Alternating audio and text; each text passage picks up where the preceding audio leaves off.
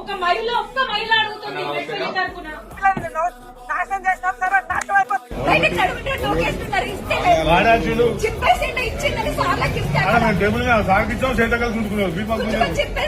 Congress party గాని BRS party గాని మాకు ఎవరు ఎప్పుడు ఏ బీఫామ్ ఇవ్వలేదు. కానీ ఈసారి 2026 మున్సిపల్ ఎన్నికలలో బరిలో ఉంటున్నాము. మాకు జనసేన పార్టీ తరఫు నుండి పోటీ చేస్తున్నాము.